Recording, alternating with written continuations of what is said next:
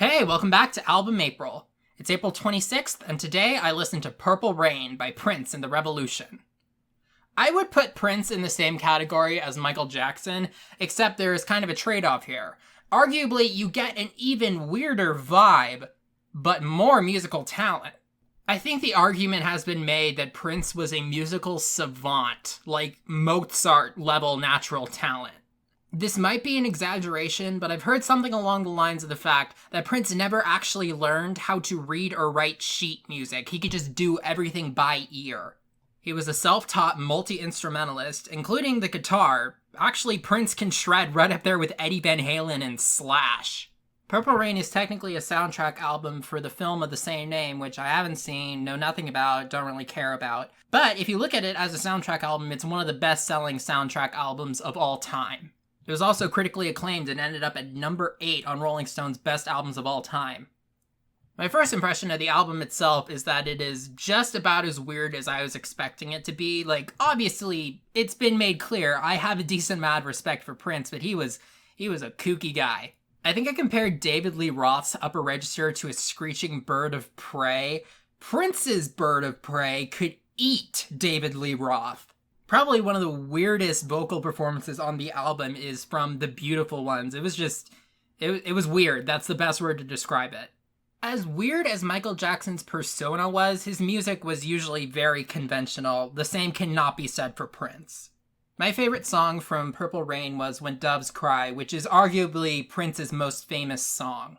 When Doves Cry is a highly unconventional song. It is unbelievably stripped back, like to a level I don't even think a lot of people are aware of. There's not even a bass line in this song. For like 2/3 of it, if you took away the drums, there would be almost nothing.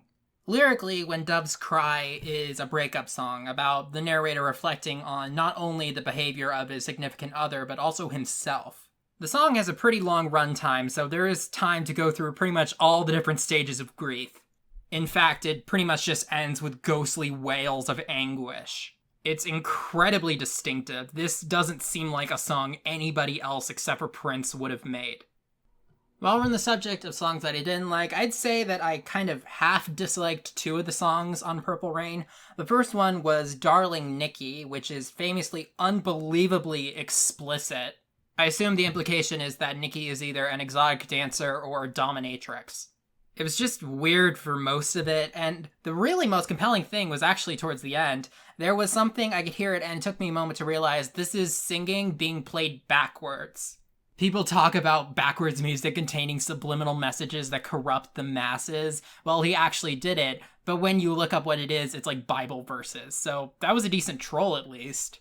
But my biggest issues happen to fall upon the titular track, Purple Rain, which closes the album. We talked about this yesterday. I've talked about this so many times, about songs that are too long, and at this point I feel like fate has made these albums self-aware, and now they're just mocking me. Because there was a point at Purple Rain that was like the 6-minute part of this 9-minute song where it could and should have ended. It had the build-up to the final sting, it had the final sting, it even had the full cool-down process, and then they still chose to keep going. Like, I'm almost impressed with how blatant that was. And that brings us to the final question of, do I think that this album holds up? I do think that it does. There's a lot of really interesting things in Purple Rain. Of all the albums I've listened to this month, I would most compare it to Thriller by Michael Jackson.